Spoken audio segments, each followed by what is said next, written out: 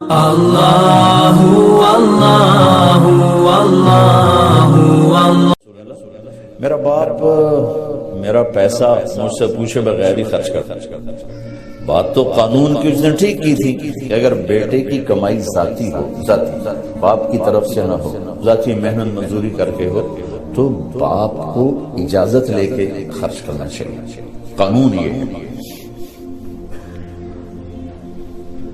اس نے آ کے شکایت کر تو آپ نے اس کو بلوایا۔ جب اسے پتا چلا کہ میرے بیٹے نے میری شکایت کی تو ان کو بڑا غم ہوا۔ تو عرب تو پیدائشی شاعر ہوتے تھے، ماں کا دودھ چھوڑتے تھے اور شعر کہنا شروع کر دیتے تھے۔ عرب کا ماحول ایسا تھا۔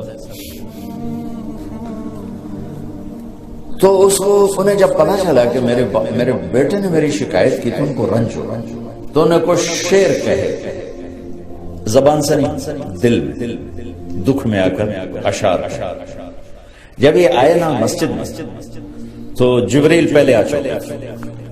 یا رسول اللہ تعالیٰ فرما رہے ہیں کہ آپ ان کا کیس بعد میں سنیں، اس سے کہیں وہ شعر سنا جو تیری زبان پہ تو نہیں آئے پر اللہ نے سنا۔ میرے اللہ کی نظر کیسی ہے بتایا ہے، میرے اللہ کا سننا کیسا ہے بتا رہا ہوں۔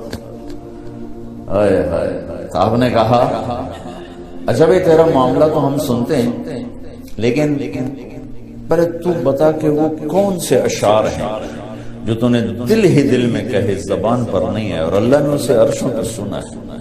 وہ کہنے لگا یا رسول اللہ ہم تو پہلے ہی آپ کا ایمان لائے ہیں، پر روز ہی ہمارا ایمان بڑھ جاتا ہے اس قسم کی چیزوں سے کہ آپ کا رب کیا طاقتور رب ہے جس نے میرے دل کی دھڑکنوں میں اٹھنے والی آواز کو بھی سن لیا۔ میں نے تو زبان سے ایک لفظ نہیں کہا تھا۔ آپ نے کہا تو سنا کیا کہا تھا؟ اور یہ ایک آدمی سوچ رہا ہے، اب جتنے بیٹھے ہو سب اپنے دلوں میں پتہ نہیں کیا کیا سوچے جا رہا، وہ سب پر نظر کی ہوگی، سب کو دیکھ رہا، سب کو سن رہا ہے۔ کیا کہا تھا؟ کہا جی میں نے کہا تھا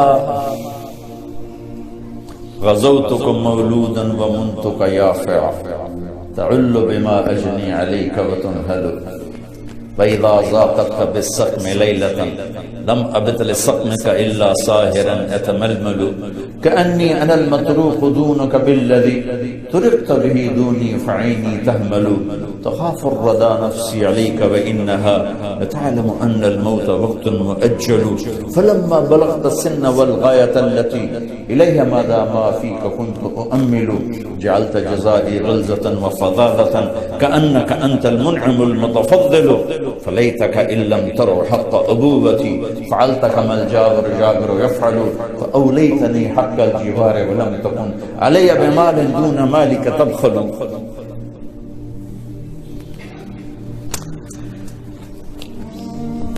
کیا کلام ہے، میں کہاں سے ترجمہ کروں؟ کہا بیٹا جس دن تو پیدا ہوا تھا نا اسی دن سے ہم نے اپنے لیے جینا چھوڑ دیا۔ ایک پیو دی فریاد، بچے بھی بیٹھے ہو، پیو بھی بیٹھے ہو، والدین بھی ہیں، اولاد بھی ہیں، اولادوں کو پتہ نہیں ہوتا کہ ماں باپ کتنا دکھ اٹھاتے ہیں۔ بیٹا جس دن تو پیدا ہوا تھا ہم نے اسی دن اپنے لیے جینا چھوڑ دیا، ہم نے تیرے لیے جینا شروع کیا، تجھے راحت پہنچانے کے لیے تکلیفوں سے ٹکر لے کر، تجھے گرم رکھنے کے لیے سرد ہواؤں کے تھپیڑوں سے لڑا، تمہیں ٹھنڈک پہنچانے کے لیے تپتی ریت میں تپتی ہواؤں سے ٹکر لی، تجھے سلانے کے لیے ساری ساری رات جاگا، تجھے کھلانے کے لیے اپنا پیٹ کاٹا، تجھے خوش رکھنے کے لیے غموں کو سینے سے لگا لیا، تمہیں سکھ پہنچانے کے لیے دکھوں سے صلح کر کہ تو خوش رہے، تو خوش رہے، تیری خوشی دیکھنے کے لیے اپنے آپ کو مشقت کی چکی میں پیس کے رکھ۔ اور جب کبھی تو بیمار ہوتا تھا تو ساری رات تیرے سرانے گزر جاتی تھی، کبھی تیری ماں بیٹھی، کبھی تیرا باپ بیٹھا ہے کہ کہیں مر نہ جائے، کہیں مر نہ جائے۔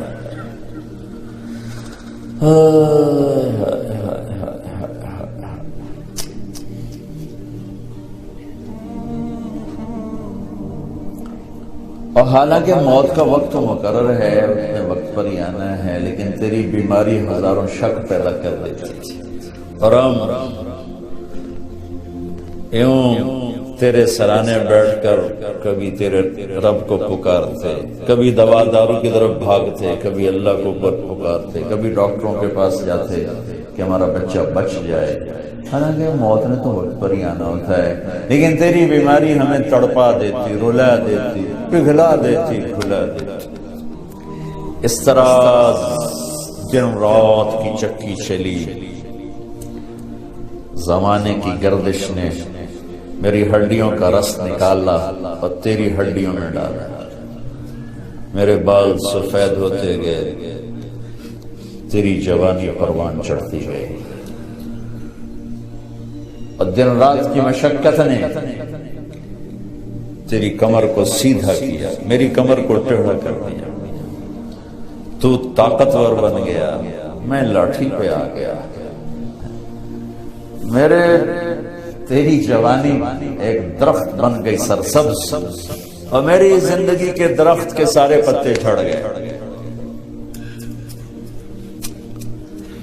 تو مجھے خیال آیا کہ جیسے میں اس کی انگلی پکڑ کے چلتا تھا، اسے کندھے پہ بٹھا کے چلتا تھا، اسے گود میں لے کے بیٹھتا تھا، اس کو ہاتھوں پہ اٹھا کے چلتا تھا، اس کو بیٹھ کے اس کے کپڑے بدلتا تھا، اس کو کھانے کھلاتا تھا، اس کو اسکول چھوڑنے جاتا تھا، اسکول سے لینے جاتا تھا۔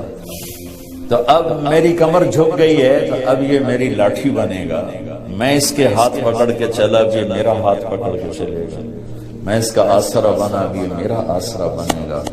لیکن میرا بیٹا تیری تو آنکھیں سر پر چلی گئی، ماتھے پہ چلی گئی، اور تو مجھے ایسے دیکھنے لگا جیسے میں تیرا باپ نہیں تیرا نوکر ہوں۔ تیری آنکھوں کے تیور بتانے لگے کہ شاید میں تیرا باپ نہیں، تو میں تنہائی میں بیٹھ کے سوچنے لگا کہیں میں نے خواب تو نہیں دیکھا تھا کہ میں اس کا باپ ہوں، چونکہ اس کا رویہ تو یہ بتا رہا ہے کہ میں نوکر ہوں، یہ مالک ہے، اور میں اپنے 30 سالہ خواب کو جھٹلاؤں یا اس کو دیکھوں؟ تو پھر مجھے خیال آیا کہ ہاں واقعی یہ مالک ہے، میں نوکر ہوں، لیکن نوکروں کو بھی تو کوئی نہ کوئی پوچھ ہی لیتا ہے بیٹا، ارے مجھے نوکر سمجھ کے ہی پوچھ لیتے، مجھے پڑوسی سمجھ کے پوچھ لیتے، ایک پڑوسی سمجھ کر ہی میرا حال پوچھ لیتے، اور یوں اپنے پیسے کے بارے میں حساب کتاب نہ کرتے جیسے تو نے اللہ کے نبی کو حساب کتاب سنایا۔ میں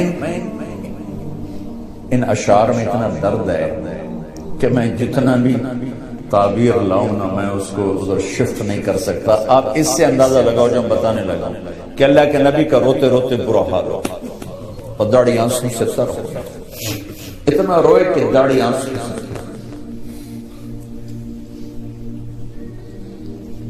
تو میں ان کو کیسے اردو میں کیسے لاؤں؟